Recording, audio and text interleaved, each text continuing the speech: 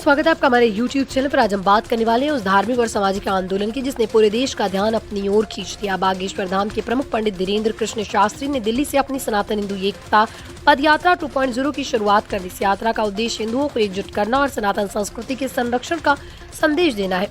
दिल्ली की पवित्र भूमि के 8 नवंबर को ये भव्य पद यात्रा आरंभ हुई। हजारों की संख्या में भक्तों ने भाग लिया और हर कदम पर श्री राम और हर हर महादेव की जयकारे गूंज उठी।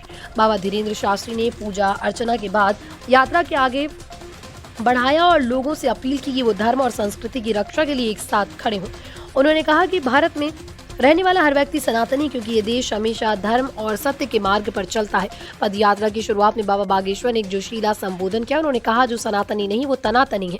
उनका संदेश साफ था, सनातन केवल एक धर्म नहीं बल्कि जीवन जीने की एक पवित्र परंपरा है। उन्होंने युवाओं से आग्रह किया कि वो सोशल मीडिया के बजाय धर्म के मार्ग पर चलें और देश को एक हिंदू राष्ट्र बनाने के मिशन में भाग लें। बाबा ने कहा, ये पद यात्रा केवल एक धार्मिक आयोजन नहीं बल्कि भारत की आत्मा को जागृत करने की दिशा में एक कदम है।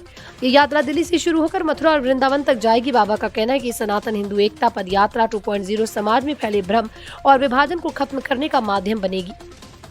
यात्रा के दौरान धार्मिक प्रवचन, भजन संध्या और सांस्कृतिक कार्यक्रमों का आयोजन किया जा रहा है ताकि लोग भारतीय संस्कृति से फिर से जुड़ सके।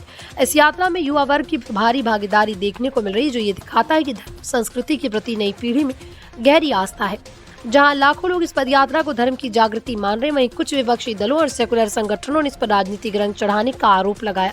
हालांकि बाबा धीरेन्द्र शास्त्री ने इस आरोपों को खारिज करते हुए कहा कि यात्रा राजनीति नहीं, आस्था की है। उन्होंने स्पष्ट कहा, भारत की आत्मा सनातन है और इस सत्य को कोई मिटा नहीं सकता।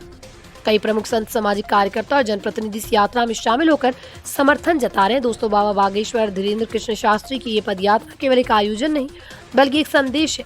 हम सब एक है, चाहे मतभेद हो या विचारों में भिन्नता, लेकिन सनातन धर्म सभी को जोड़ने वाला सूत्र है। ये यात्रा लोगों को याद दिलाती कि भारत की पहचान उसकी संस्कृति और परंपरा से है। अब देखना ये होगा कि वृंदावन पहुंचने तक ये पद यात्रा कितने दिलों को एक सूत्र में बांधती है।